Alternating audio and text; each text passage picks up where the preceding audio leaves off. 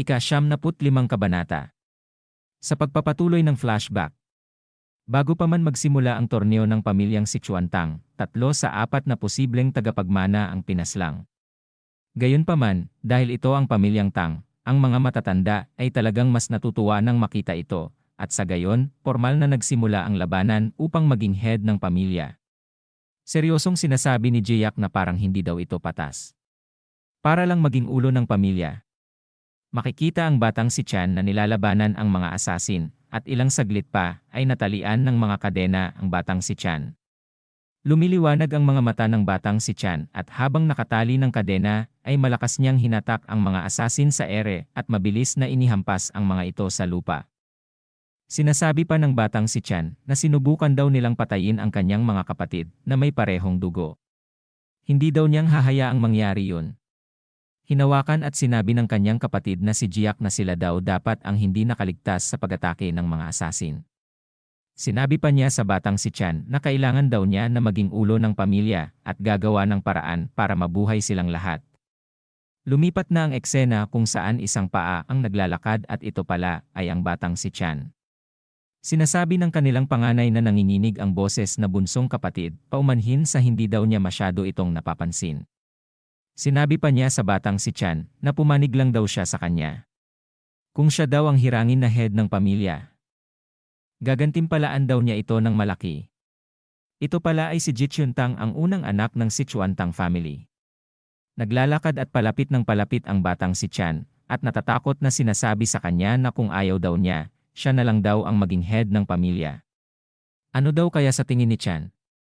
Panandaliang nanahimik ang batang si Chan at sinabi niya na noong una daw silang makarating ng nanay niya sa lugar na ito, walang sinuman ang may gusto sa kanila dito.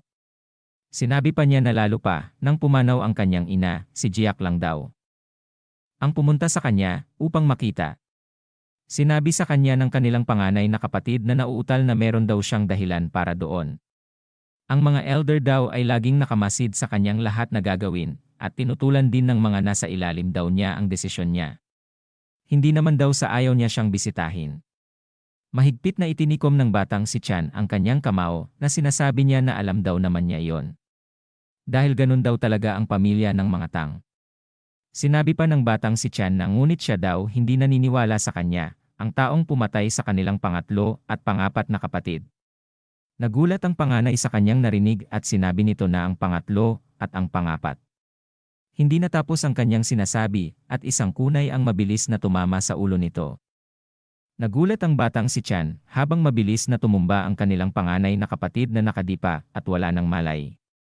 Ang tumira pala ng kunay ay si Jiak na sinasabi na ito daw ay gumawa pa rin ng dahilan hanggang sa huli. Itinaas ang dalawang kunay na hawak ni Jiak na sinasabi nito sa batang si Chan na wag daw siyang magalala. Ang labanan daw ay malapit nang magtapos. Nakakagat sa labi na makikita ang batang si Chan ay nag-aalala at walang masabi.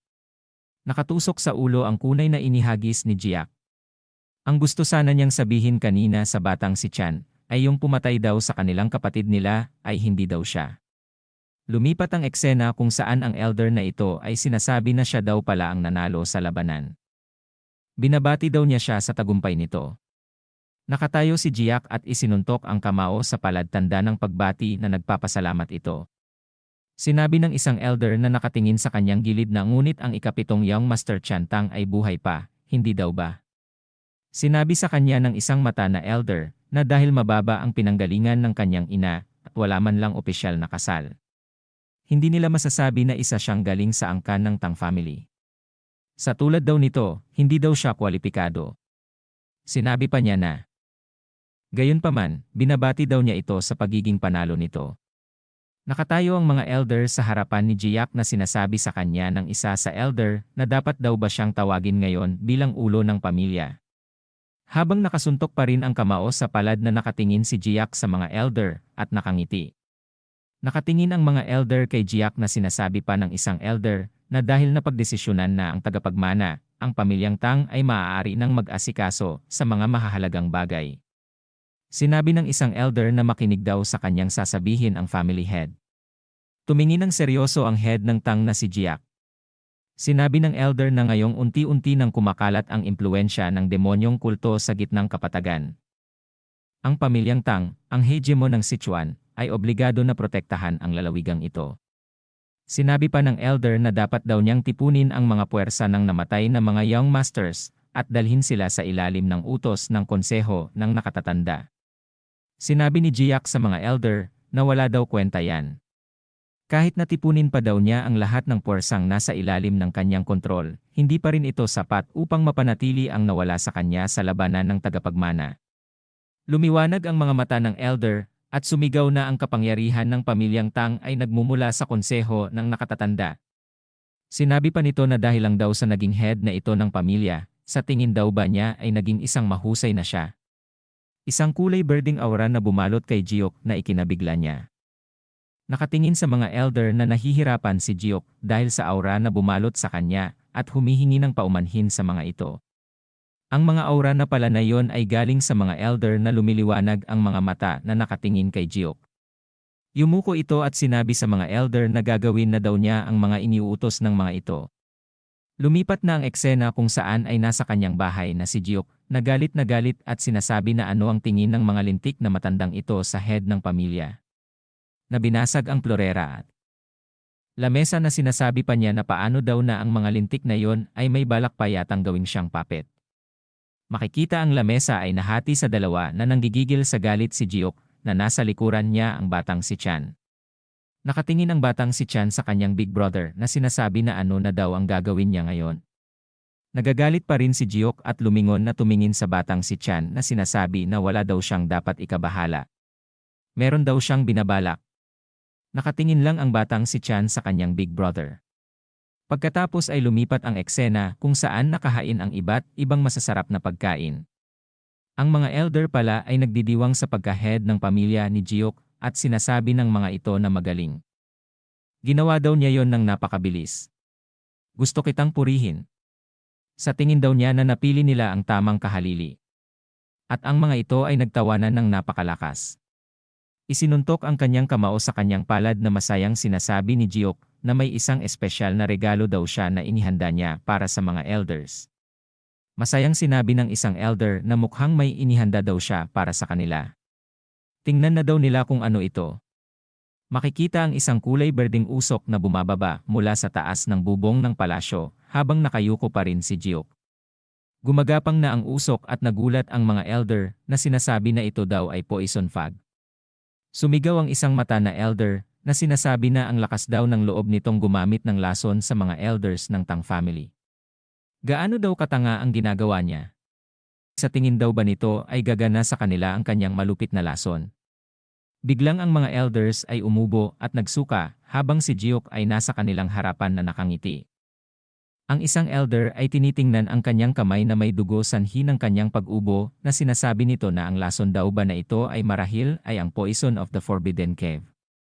Masaya na sinasabi ni Jiok na tulad daw ng inaasahan sa elders ng Tang family. Sinabi pa niya sa kanila na hindi daw niya mapigilang matawa makita ang mga ipinagmamalaki na matatanda ng pamilyang Tang na gumagapang sa sahig na parang mga insekto. Sinabi ng isang mata na elder na nakatingin kay Jiok na balak daw ba niya talagang mamatay kasama silang lahat. Nakangiting ibinuka ang kanyang bibig na sinasabi nito na hindi naman daw siya isang tanga. Wala daw siyang balak na samahan sila sa kamatayan. Lumuluhan na ng dugo ang elder na isa lamang ang mata na sinasabi niya na poison repelling leader. Poison repellent leader isang bagay na neutralisahin ang lason kapag kinakagat ito sa loob ng bibig. Sinabi pa ni Jiok na ngayon, dahil lalong lumalaganap ang impluensya ng demonyong kulto.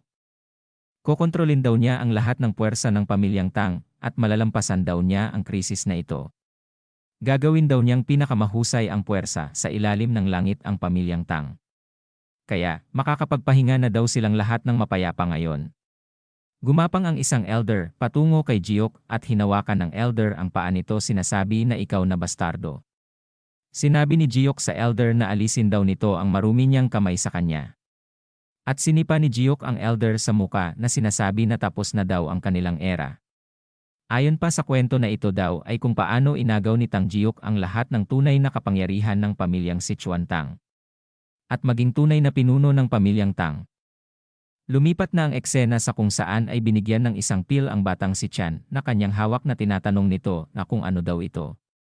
Tumingin si Jiok sa batang si Chan na sinasabi nito na sinabi daw naman niya sa kanya na kailangan nilang magtulungan upang mabuhay, tama ba?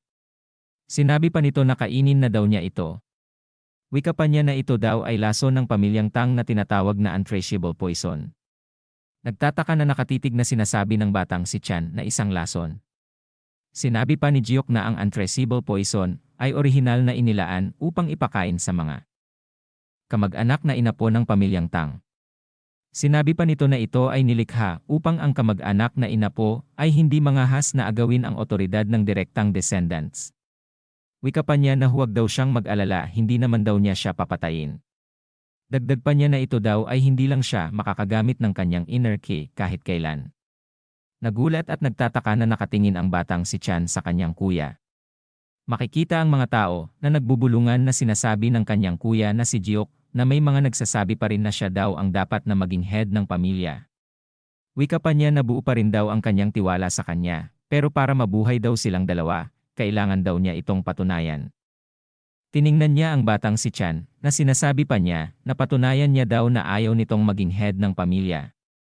Walang magawa ang batang si Chan na sumang-ayon sa kanyang kapatid na kakainin na daw niya ito at sinabi pa niya sa kanyang isip na nagtitiwala pa din siya sa kanyang panganay na kapatid. Humingi ng paumanhin si Jiok sa batang si Chan. Sinabi pa sa isip ng batang si Chan na siya na lang daw ang natitirang pamilya niya na nagmamalasakit sa kanya. Isinubo na ng batang si Chan ang pil habang ang kanyang panganay na kapatid ay nakatitig ng kakaiba na lumiliwanag ang mata. Makikita ang isang mata na may pagmumuka na kaduda-duda na sinasabi nito na salamat daw kanyang bunsong kapatid. At dito na po nagtatapos ang ika-75 kabanata.